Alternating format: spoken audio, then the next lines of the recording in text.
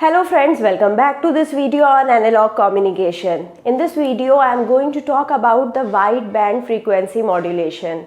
I have already talked about the narrow band frequency modulation, which is the limiting case of frequency modulation. So here in this video, we will be discussing about the wide band frequency modulation in detail, and we will also see what is the bandwidth requirement for the wide band frequency modulation. So we will see all these things with respect to two signals. First, an arbitrary signal xt. So here I considered the arbitrary signal xt. Now we will see all of these equations for the single tone message signal as well. So first we will see all of the things for arbitrary signal. This I have already explained in my previous video as well. So I didn't waste any time to mention these again, although I'll be explaining these things again. So now MT represents the modulated signal. So I represented the modulated signal in FM as AC cos omega ct plus kf integration of xt dt. So this was my modulated signal. So here I represented this modulated signal in the phasor form. So this is the phasor form of my modulated signal. So now after that, this was e raised to power j a plus b. So e raised to power j a plus b, I represented this in my previous video as well. So it was represented as AC e raised to power j omega ct plus e raised to power j, multiplied by e raised to power j kf integration of xt dt. So e raised to power a plus b can be represented as e raised to power a multiplied by e raised to power b. So it is AC e raised to power j omega ct multiplied by e raised to power j kf integration of xt dt. So now this is my signal which is changing with respect to time. So xt is changing with respect to time, which contains the information I already told you. Xt is a random signal. So this xt will change with respect to time. Now this omega c is the frequency of the carrier. The frequency of the carrier is constant. Now we took the carrier signal whose all of the parameters were constant with respect to time. So obviously frequency is also parameter of the carrier signal. It will also be constant with respect to time. So this part is constant with respect to time, only this part is changing because of the changing nature of xt.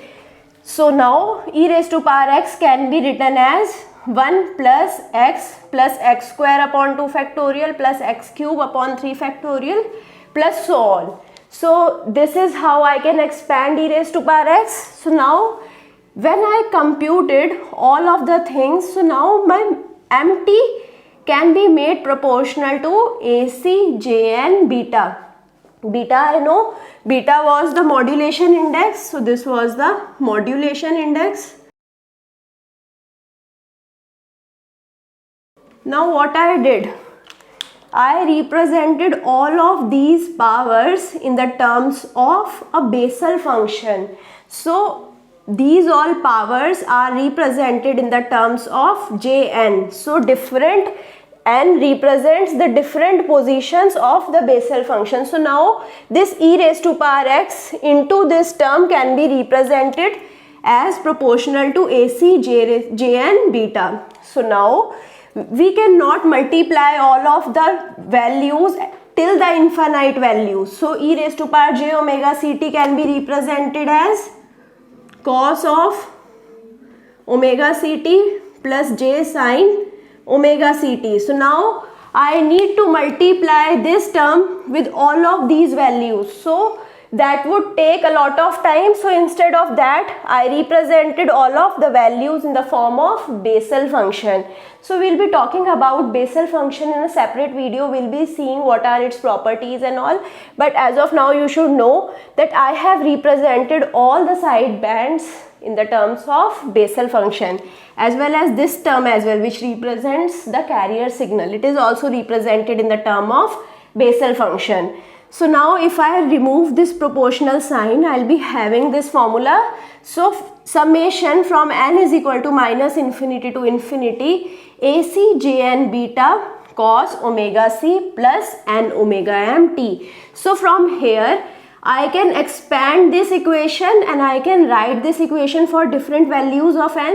So let's put n is equal to 0. So when I put n is equal to 0, I'll be having AC J0b cos omega c plus omega m t plus 0 into omega m. So 0 into omega m would be 0. So AC J0b into cos omega c t. So now let's put n is equal to 1. So AC J1b cos omega c plus omega m t. So now we'll put n is equal to minus 1 because it was changing from minus infinity to infinity. We can put the negative values as well.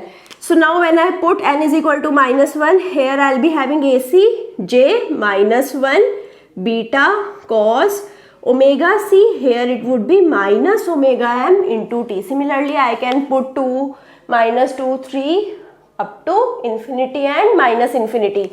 So when I put 2, it was equal to AC j2 beta cos omega c plus 2 omega m t. Here AC j minus 2 beta cos omega c minus 2 omega m t.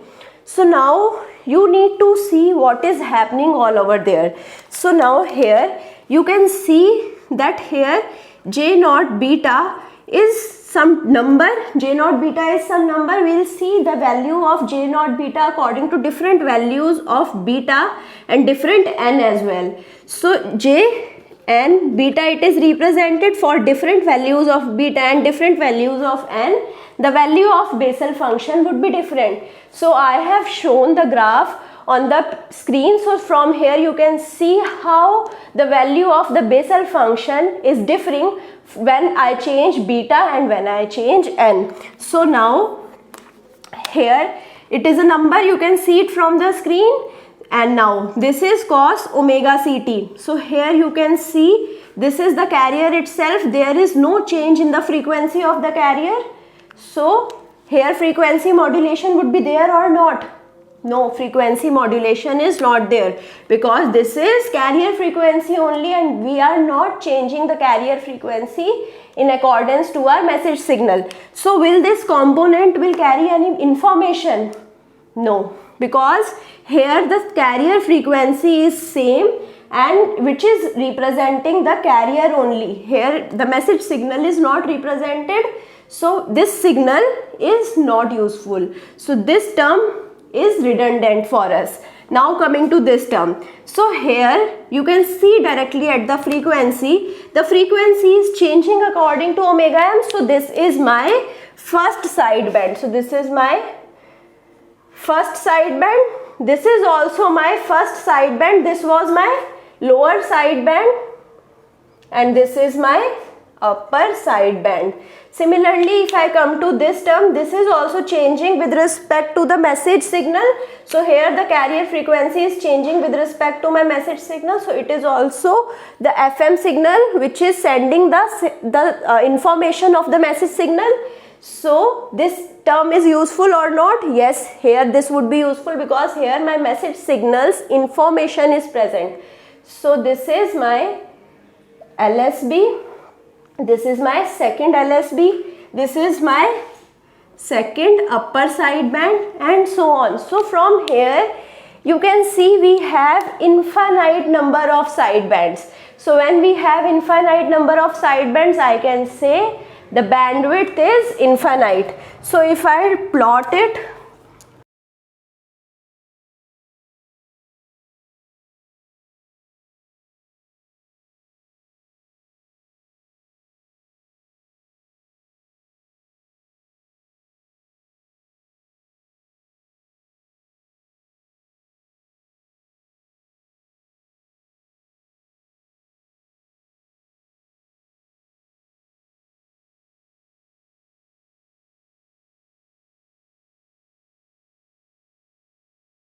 so now these sidebands will go up to infinite duration.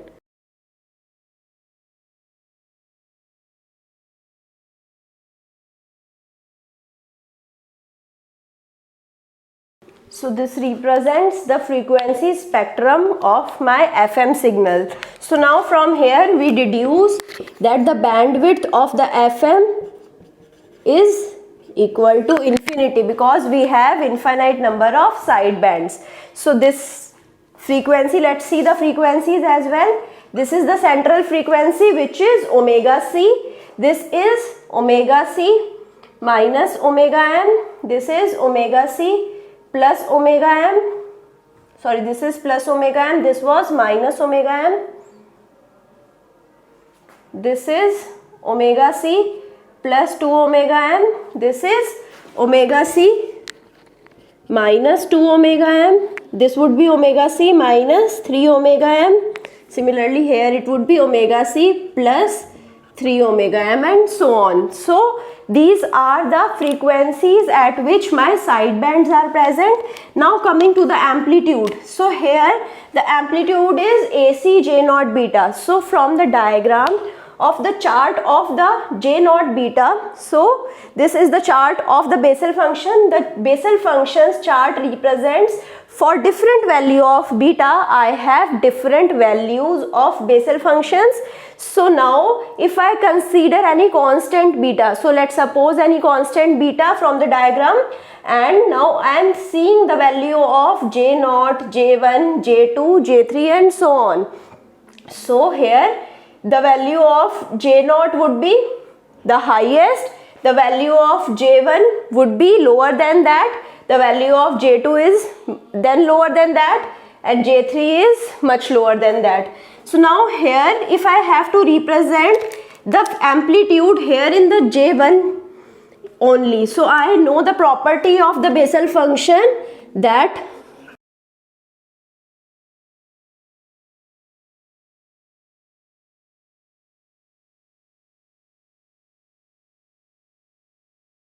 so according to this property of the Bessel function, that the Bessel function at minus n is equal to minus of the value of the Bessel function at n when n is odd, and the Bessel function's value at minus n is equal to the Bessel function's value at n when n is even. So when I need to find out the Bessel's function at j minus 1, so it would be equal to minus of j1, so the amplitude would be same, only it is in the negative direction. At 2 it would be same, at the minus 2 is same as the 2 and it would be in the positive direction. Similarly minus 3 would be same as J3 beta, only it would be having the negative direction. So this graph represents the various frequency components present in the frequency modulation graph. So from here I hope now you are clear how I can represent my wideband frequency modulated signal. So as I promised you, here we will discuss the wideband FM for single tone message as well. So in single tone message, the modulated signal was represented like this. I have already derived this equation and talked about this equation and how this equation will come. We have already talked about it. So I am directly taking this equation. So for the single tone message signal, I have sine omega mt. So this represent my single message frequency, which is omega m. So the modulated signal in the frequency domain can be represented as AC cos of omega ct plus beta sine omega mt. So now this is the formula of cos of A plus B. So A is omega ct and B is beta sine omega mt. So now we can expand it and we can write mt as AC cos of omega ct cos of beta sine omega mt minus sine omega ct sine beta sine omega mt. So now I hope you are clear about this formula. Cos of A plus B is equal to cos of A cos of B minus sine of A sine of B. I just expanded the formula of cos of A plus B. So now here this is my cos of beta sine omega mt. So as I said that this is the expanded form of this equation. So from here you can see that this is not a pure sinusoid. So when I had the pure sinusoid, the term cos can be represented in the terms of cos and sine can be represented in the term of sine. Here we have various sine terms and cos terms which are adding. So because of I have infinite frequency components of cos and sine which are adding. So up to infinity I have many cos terms, many sine terms which are adding to form my modulated signal. So I can say we have impure sinusoids. So the frequency modulated signal in the wideband, it represents the impure sinusoid. Whenever I used to represent the amplitude modulated signal, so that time I can represent the final outcome modulated signal in the terms of sine only. But here we cannot, because here we have infinite summation of cos and sine. So here we have distorted sinusoidal oscillations. So now this cos of beta sine omega mt can be represented as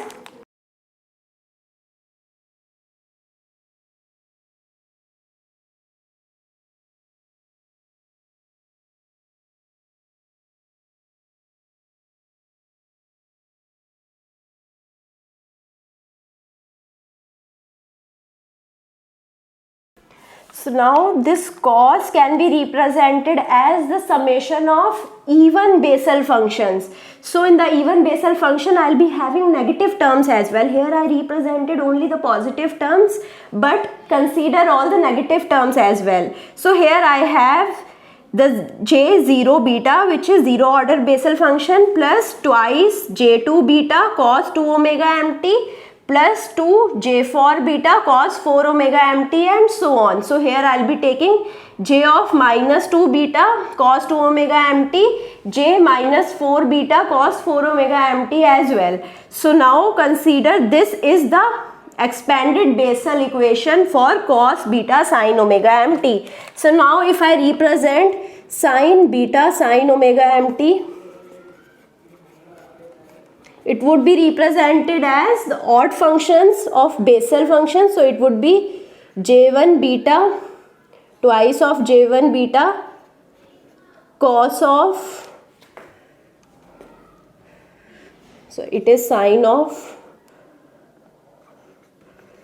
omega mt plus twice of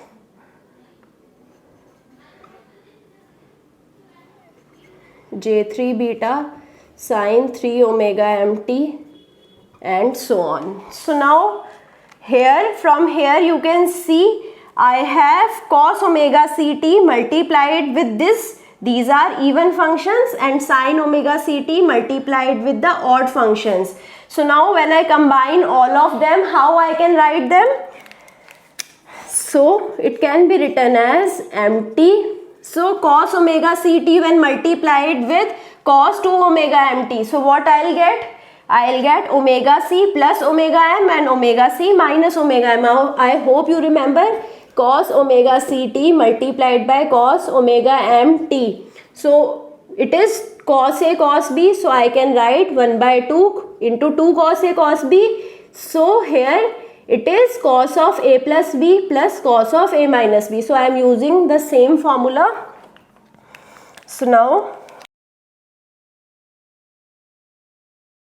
so this term is multiplied with this term j naught beta, plus it is multiplied with this term. So here I took the twice, so when it is divided by 1 by 2, so it is multiplied with 1 by 2, I will get j2 beta cos of omega c. So when omega c multiplied by cos of 2 omega mt, I will get omega c plus 2 omega m.